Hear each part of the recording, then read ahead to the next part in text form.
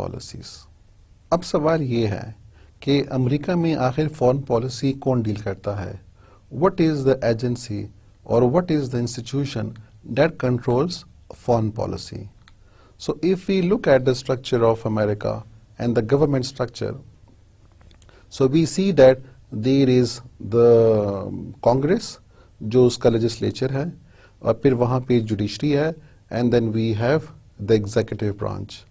Executive branch में US president आते हैं, and US president does not sit in the legislature because in US we have a presidential form of government. क्योंकि वहाँ के president होते हैं और सारी पावर उनके पास होती है। The president is not a member of legislature, और वहाँ की जो लेजिस्लेचर है उसका नाम कांग्रेस है, जिसके दो ब्रांचेस हैं या दो हाउसेस हैं। एक जो लोअर हाउस है उसे हाउस ऑफ रिप्रेजेंटेटिव कहते हैं, और जो अपर हाउस है उसे सेनेट कहते हैं। Senate has members coming from different states, while in House of Representative the people chose their representatives directly, so they are basically popular representation, while in Senate there is state representation. जो executive power है वो president के पास है, because president has the supreme executive function.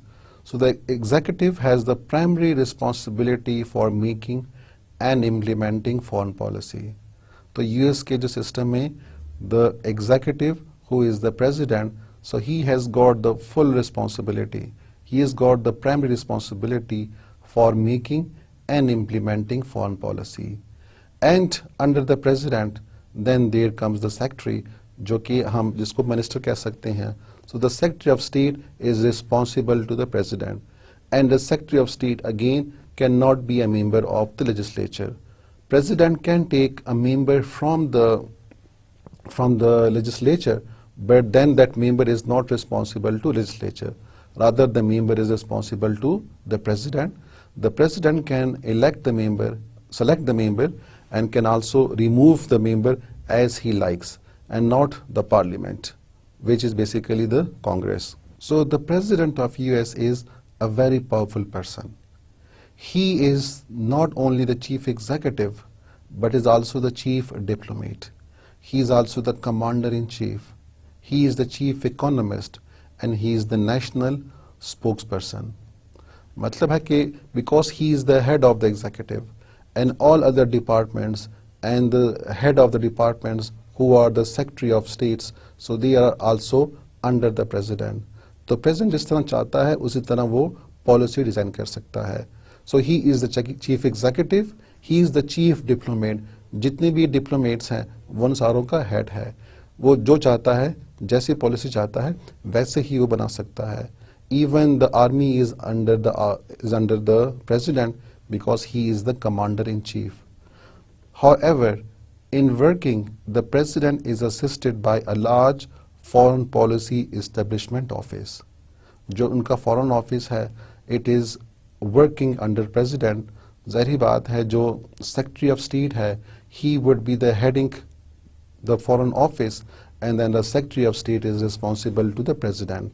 So ultimately president controls all these foreign offices and the establishment. So president is being held by the foreign office through different types of expertise and personnel which are there to provide advice to the president, and then the president can take decision. The legislative branch share many responsibility as a junior partner. Congress must appropriate all funds that are spent on foreign policy initiatives and sanction foreign aid or grants to other countries. अब जिस तरह US president चाहता है उस तरह वो policy बना देता है, और सेक्रेटरी ऑफ स्टेट जिसको वो सिलेक्ट करता है तो वो जो उनके प्रेसिडेंट के अंडर होता है, and then that office that department is also again under president. So foreign policy is basically the handwork of the president. But as a legislature, the Congress also has some function in controlling some of the foreign policy. वो कैसे कर सकता है? वो ऐसे कर सकता है कि Congress appropriate funds that are spent on foreign policy initiatives, कि अपनी फॉरेन पॉलिसी को इम्प्लीमेंट करने के लिए जो फंड्स की ज़रूरत होती है, जो पैसे दरकार होते हैं, तो वो पैसे कहाँ से आते हैं, वो फंड्स कहाँ से आते हैं. So that funds are approved by the legislature, that is sanctioned by, that is approved by, that is discussed by the legislature. Therefore, legislature can impose some cuts. It can decrease the budget. It can increase the budget which has to be given to a country or can be used for different kind of aids or for different types of foreign policy initiatives. तो इसी तरह जो foreign aid है या जो grants हैं, that has to be given to other countries. So the legislature has the control on these foreign aids and the grants which are to be given. And as a result, the US president has to rely upon the legislature.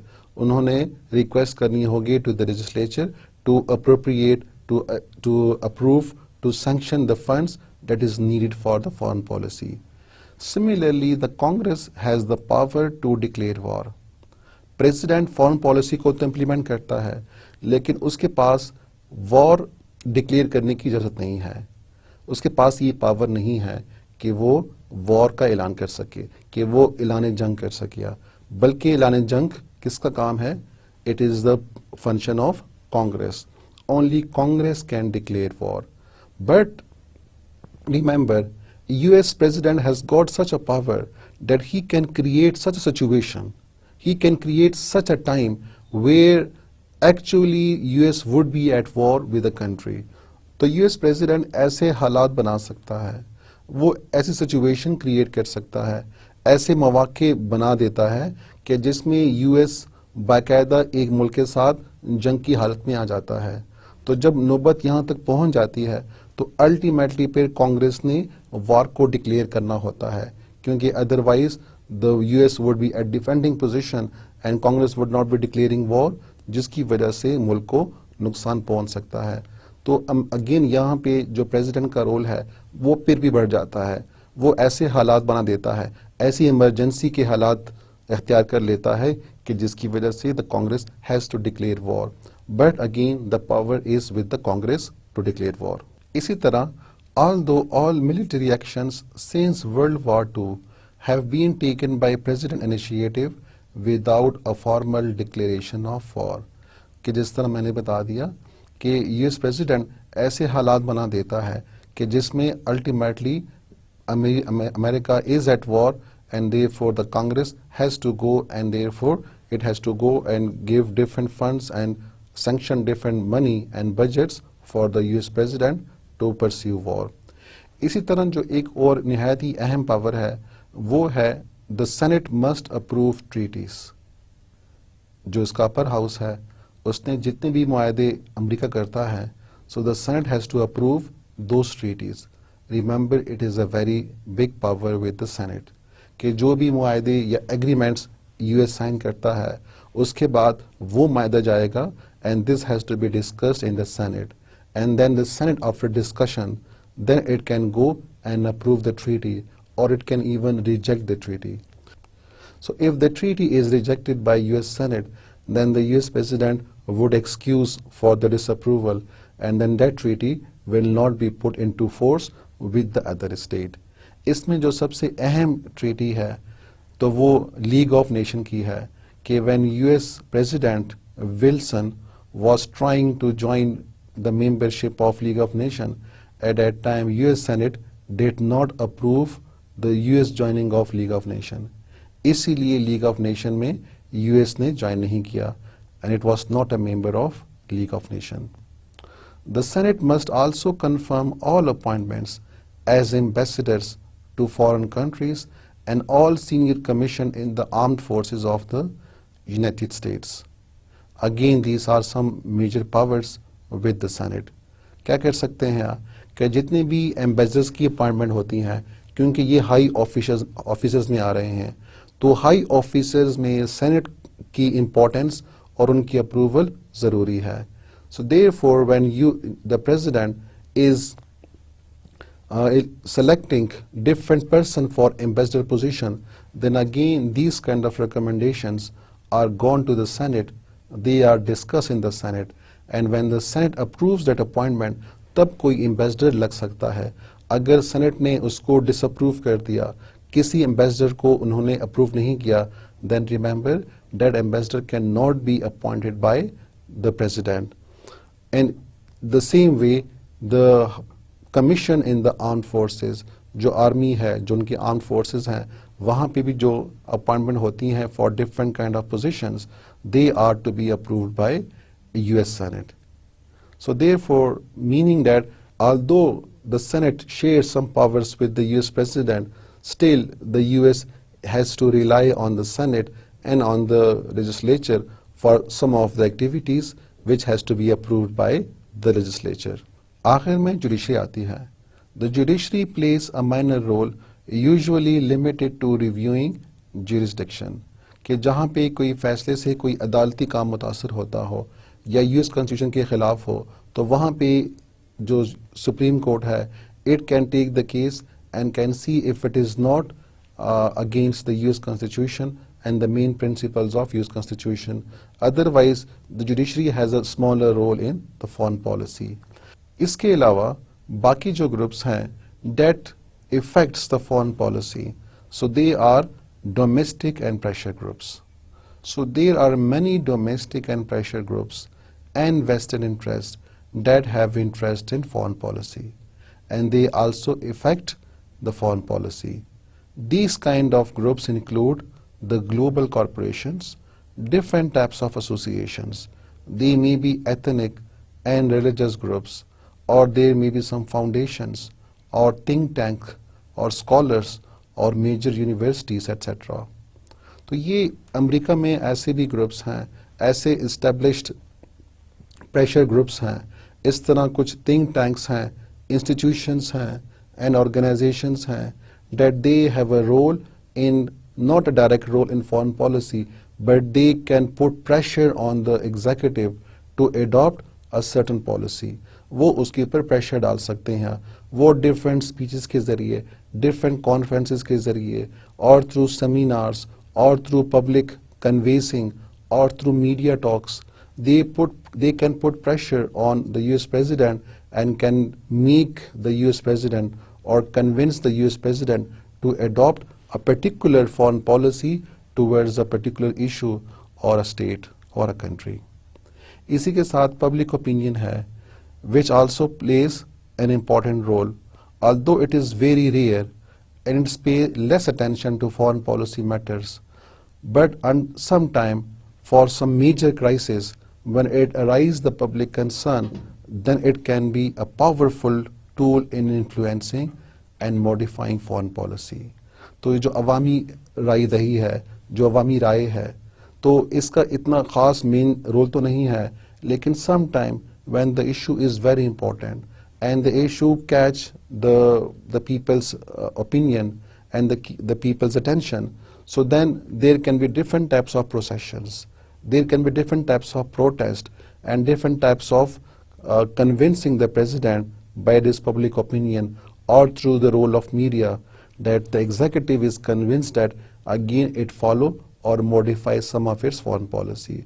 तो ये जो public opinion है, इसका भी एक major role है in modifying and affecting the foreign policy. Although it's not a very key role, but sometime it has influenced the US president to quit one of its foreign policy and brings modification in the foreign policy. जिसमें एक example Vietnam वार की है, जिसमें public opinion rose against the president and convince the president that US should now pull away from the Vietnamese war because this is serving no interest for the US. और इसी public pressure के जरिए, इसी public opinion के जरिए the US president was convinced and therefore the US was pulled out of the Vietnamese war as a result. Now let us study what are the changes in US foreign policy after World War II. क्योंकि हमने जिस तरह पढ़ा कि World War II से पहले US was adopting a policy of isolation. It was not interested in the politics of other countries. It was not interested in establishing relations and bothering about their problems. But after World War II, the world saw some changes in the US foreign policy. So after World War II, what happened? We saw that, we observed that European powers were weakened due to the destruction caused by World War II. तो जिसकी वजह से European powers खत्म हो गई या कम हो गई. And after World War II, we see Soviet Union and US emerged as a victorious states, and they also emerged as superpowers because they were the victors states. ये जंग जीत चुके थे. क्या हुआ? Conflicting ideologies of the two states bring these two states at a conflict, at a struggle, at some Cold War situation. क्योंकि दोनों में ideologies का फर्क है, दोनों की कन्फ्लिक्टिंग आइडियोलॉजी है. एक में कैपिटलिज्म है, दूसरे में कम्युनिज्म है, और इसी क्लैश की वजह से दोनों के बीच में कोल्ड वॉर शुरू हुई. So we can see fear and distrust of each other as a threat to other existence. Soviet Union intervention in Eastern Europe and its expansion policy was felt as a serious threat to capitalism, to abolish private property and destruction of its political and social institution. US started active involvement on international level to contain communism and give up a policy of isolation. नजर आ रहा है कि US मजबूर हो रहा है कि अपनी जो आइसोलेशन की पॉलिसी है, वो जो एक तरफ अलग तलग बैठने की पॉलिसी है, उसको ख़त्म कर दे, उसको चेंज कर दिया, उसमें मॉडिफिकेशन ले आए. क्योंकि क्या हो रहा है, कुछ ऐसे खतरात आ रहे हैं जिसकी वजह से यूएस का जो इंटरेस्ट है वो एट स्टेक है, वो खतरे में पड़ गया है. आखिर क्या हो रहा है? हम देख रहे हैं कि Soviet union is expanding because it has communistic philosophy, and therefore communism was spreading in the Eastern European countries, and America visualized, it thought that if communism was not stopped, so it will soon engulf the countries in the Western Europe as well as then itself. तो इसलिए US मजबूर हुआ कि अपनी policies में change लाए. So US start actively in involvement in Western Europe, and also all types of military and economic aid was given to Europe as well as newly independent countries to prevent their falling to communism. क्योंकि US realize कर रहा है कि अगर उसने communism को नहीं रोका, so it will soon engulf the whole world. So US started active involvement in its foreign policy. It started giving aid and support to the countries in Western Europe. उनको काफ़ी एड दी गई, जिसमें हमें Marshall plan नज़र आ रहा है, जिसमें Truman doctrine भी है. And because of these interventions, we saw that US was also not giving aid only to the countries in the Western Europe, but also to the countries in Asia and Africa, those countries that were newly developing, that were newly founding, that were gaining independence as a new states. US was also giving them aid ताकि वहाँ पे communism ना आ सके, communism को रोका जा सके. तो हम देख रहे हैं कम्युनिज्म की वजह से यूएस मजबूर हुआ कि अपनी जो पॉलिसी ऑफ आइसोलेशन है उसको तर्क कर दे, उसको ख़त्म कर दे, और दुनिया में अपनी एक एक्टिव इन्वॉल्वमेंट शो कर दिया. With this, we come to the end of today's lesson, policy stand. So we continue again from the same point. From 1945 to 91, US foreign policy was to contain communism, and the collapse of Soviet Union ended the last serious challenge for territorial dominion over Eurasia. The primary goal of America foreign policy was achieved.